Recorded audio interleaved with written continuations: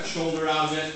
We'll also remove the shanks from the front so that we can have a nice square shoulder. We'll bone out the shoulder.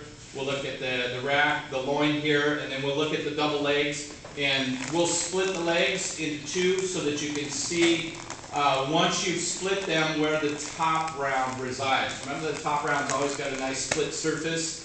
Well, that's going to be right down through the inside. Remember that's the inside round right here on the lamb. So that's an interesting thing to see as we go through this process.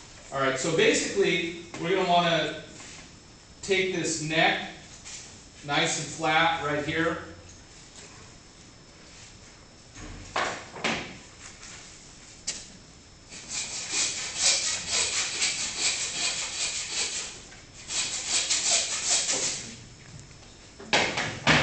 So if I had a bandsaw, I could certainly cut some chops out of here. You can see you can get some decent chops from this neck, probably 2 to 3 chops. The top of the neck is going to go into the stock, but we do have some nice meat coming right down through the neck here. So this is actually very good for making neck chops. Then we'll remove these 4 shanks.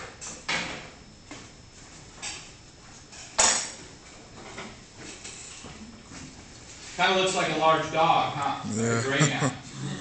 You would basically cut them up the same way if you're into that. Okay, you can see the elbow right here. We're going to make a straight cut right across above the elbow. So right behind the elbow here, there's like a seam. We'll make a nice straight cut right there.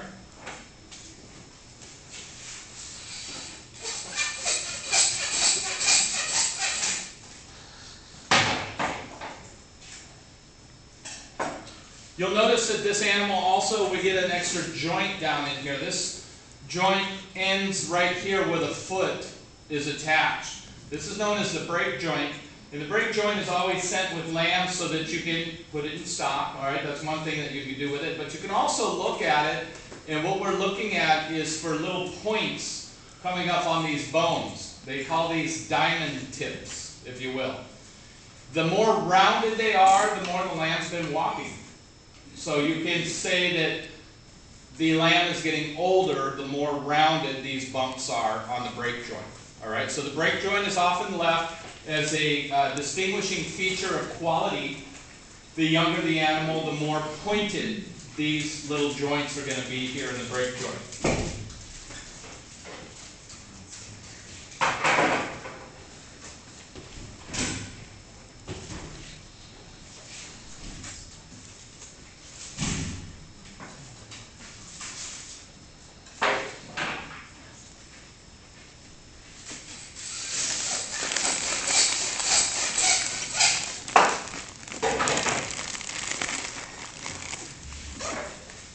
Okay, here we have 2 shanks.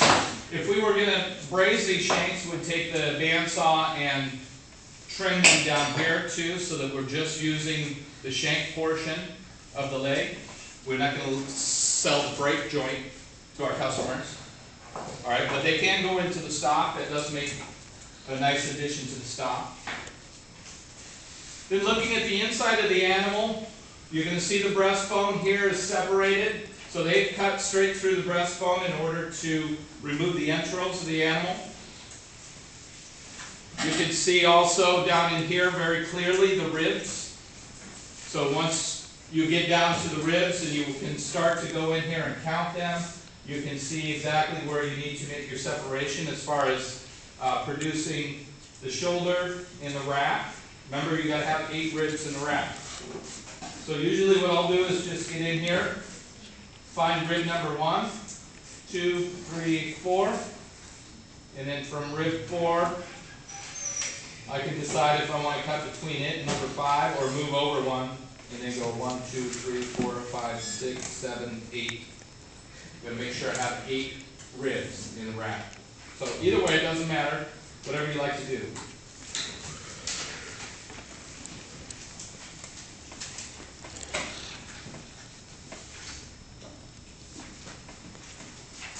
So basically I've cut right down here, nice straight line up to the breast. I don't necessarily need to take the whole breast. If I want to remove the whole breast, I'm going to just cut right under here, make a nice straight line right down to the flank.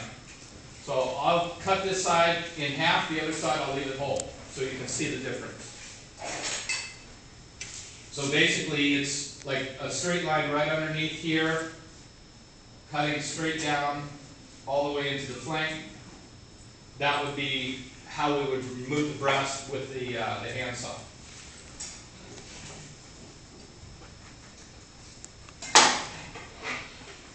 So in this case, I'm going to have to cut through a little bit of the breastbone here.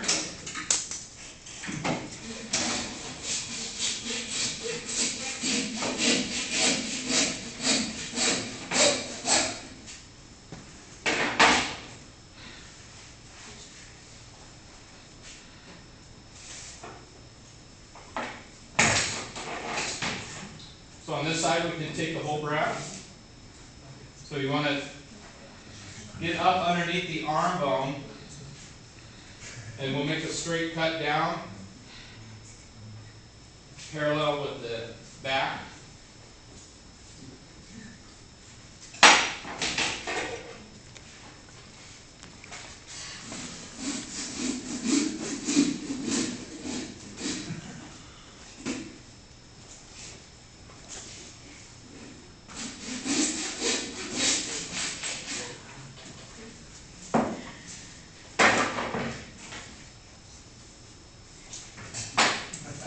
So, not much there to the breast of lamb, but then we can finish this cut that we have coming down here.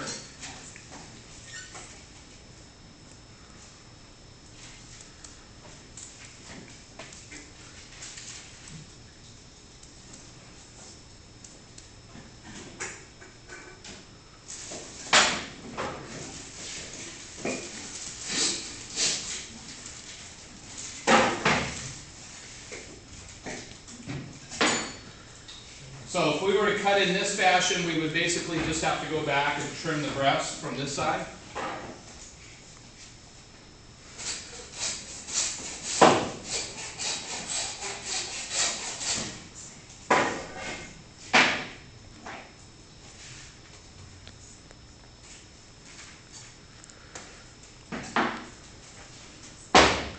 Okay, and then we have what's called a double shoulder right here. Small breast